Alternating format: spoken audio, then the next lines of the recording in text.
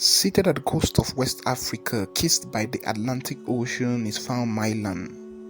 From the bird's eye view, she presents herself like a rough banana. Enveloped by gunshot sounds and distress calls is a land once enveloped by children's play songs.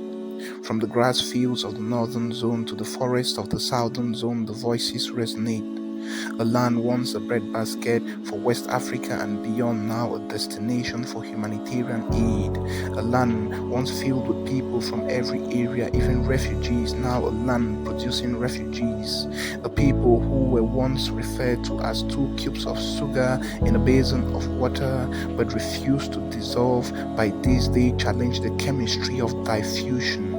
A people who once hunted in the wild are now being hunted, not by the wild, but their hunters are wild.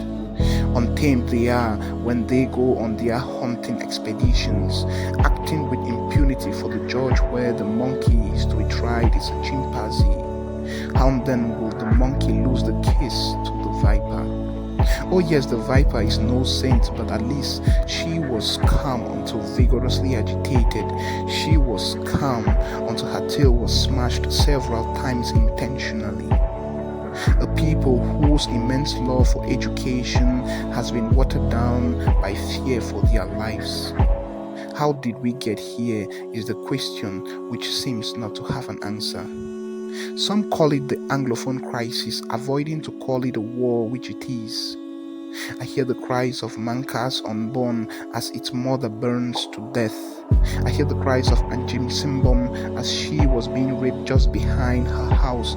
I hear the cries of school children as their mates are shot at point blank to death. I hear the cries of Mbong, whose breast was chopped off as she attempted to go to school. I hear the cries of Fonzenri, who was picked by a stray bullet on his way back from school. I hear the cries of Pa Ayok, whose 40 million worth business was raised because he defied a call for Ghost Town. I hear the cries of Pa Sakwe, whose right hand was amputated as he resumed work at the CDC plantation. I hear the cries of Pa Folefak, who was butchered into pieces for being a blackleg. I hear the cries of Ma Enanga, whose sons were killed with claims that they were Amba boys. I hear the cries of Ambang and his friend Pokanake, who were shot dead in their farm. I don't know the reason. I hear the cries of Njabe in Nigeria as she dies of starvation. I hear the cries of gunmen as they mourn their brothers who fell on the battlefield. I hear the cries of Tata and Enongene in prison, battered to near death because they dared ask a question. Others were killed though. The lies telling to cover up these monstrous acts is a topic for another day. Mayday, Mayday will not stop shouting out like a distress call from a plane.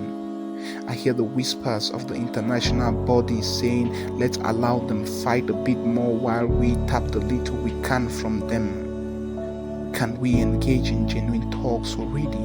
I wonder. This is the story of a land in turmoil. This is the story of a people whose blood has stained the soil. Some refuse to see these, have their eyes been wrapped in aluminium foil. Has blood become so cheap like palm oil? This is the story of Southern Cameroons.